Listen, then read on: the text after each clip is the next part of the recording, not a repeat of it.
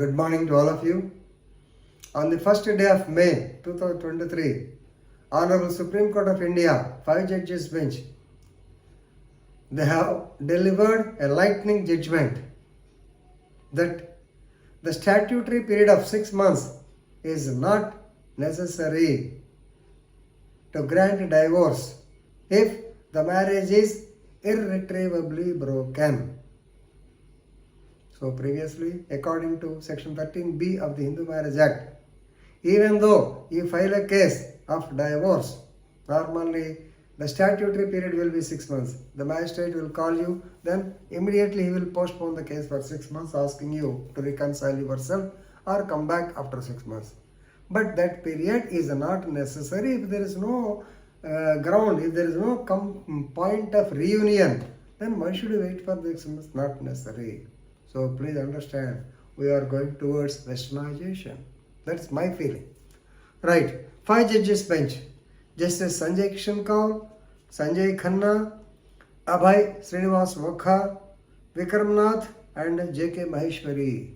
In the case of Shilpa Shailesh versus, that is Varun Srinivasan. This is transfer OP number 1118/2014. So on 1/5/2023, they have dealt, the Supreme Honorable 5 judges bench of the Supreme Court held that it can dissolve marriages on the ground of irretrievable breakdown by imposing powers or by invoking the provisions of 142 of the Constitution of India. The purpose is to do complete justice. Right?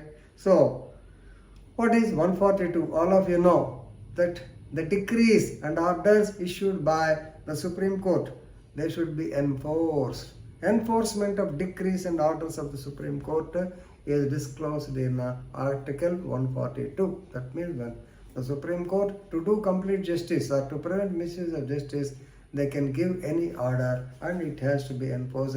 You cannot say no to them. Right. Here, lot of petitions, not only this case, not only Shailesh and so many other people, they have come to the Supreme Court stating that even though we discussed the matter, even though there was mutual consent between us, even though we filed this, even though we are of opinion that the marriage cannot sustain, we have to live separately, we have decided to live separately, there is no question of a rejoinder or reunion. In such a case, why should you ask us to wait for 6 more months? So this matter, since, please remember, the ground of irretrievable breakdown is not a ground for justice. It's not a statutory ground for divorce. So therefore, on this issue, Supreme Court constituted a 5 judges bench. Right. Previously, in the case of N.G. Dastane and S. Dastane, I think 1975. So please remember, the practical approach should be there. This is what is stated by the Honorable Supreme Court of India in that particular case. Now, Section 13-b, can the statutory period of 6 months be waived or not? So, సహజంగా ఇక ఇది కుదరదు, మేమిద్దరం కలిసి ఉండలేము అనుకున్నప్పుడు కోర్టులో వేస్తే 13b కింద మ్యూచువల్ కన్సెంట్ కింద వేస్తే 6 నెలలు ఆగండి అంటే ఎందుకు? ఇదన్నమాట. సో దాని మీద సుప్రీం కోర్ట్ సైడ్ ఎస్ ఇచ్చేస్తే పోతుంది కదా, దానికి కూడా గ్రౌండ్స్ పెట్టారు. It's not that easy. So what are the grounds suggested by the honourable supreme court of India? Number 1, period of cohabitation of both parties. ఇద్దరు కలిసి ఎంతకాలం ఉన్నారు? లాస్ట్ కోహాబిటేషన్, ఇద్దరు కలిసి ఏంటంటే సంసారం చేయటం అంటే అన్ని పనులు అన్నమాట. సో లాస్ట్ కోహాబిటేషన్, లాస్ట్గా వీళ్ళిద్దరు ఎప్పుడు కలిసి ఉన్నారు. Third point, allegations against each other. వీళ్ళు వాళ్ళ మీద ఎలిగేషన్, వాళ్ళు వీళ్ళేం పెడుతున్నారు. Then as regards the allegations, fourth point, what are the orders passed from time to time? Then fifth, how many attempts were made to settle the issue by the court or by the mediation center, when is the last attempt? That is counseling. When there are disputes between the spouses, normally if they come to the counseling center, they may take a positive approach and they may unite. How many attempts you have made? 6. Period of separation. Is it sufficiently long time or not? Whether they are living separately for the past 2, 3 or 4 years or like that. Then 7th point. What is the economic and social status?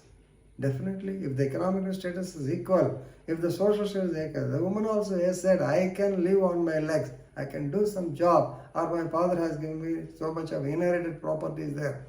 So likewise, economic and financial status plays major role. And important point, what about the custody and welfare of the children? Did they think in that line? Definitely, if they have children, how to rear them up?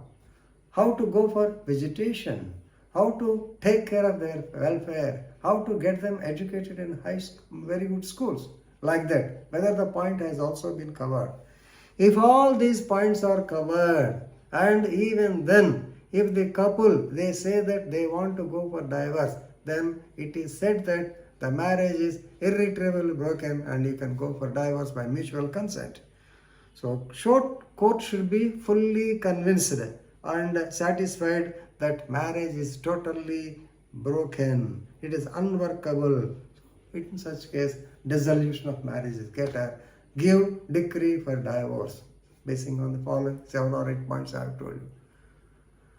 I can't say it's a very good judgment, but for the present, it's a good judgment. For the younger generation, for the generation who are always on the tenterhooks or on the heels, who are mechanical always, for them it's okay. But as elders, we don't like to give so early so-called divorce. But anyway, when Supreme Court said, all of us have to follow. There is no other go. That is the importance of Article 142 of the Constitution of India. Okay? Very good, I can say it's a good judgment by the Honorable Supreme Court of India. Please read it and enrich your legal knowledge. At the same time, please pass your comments. Do you like the judgment? Do you like any modifications?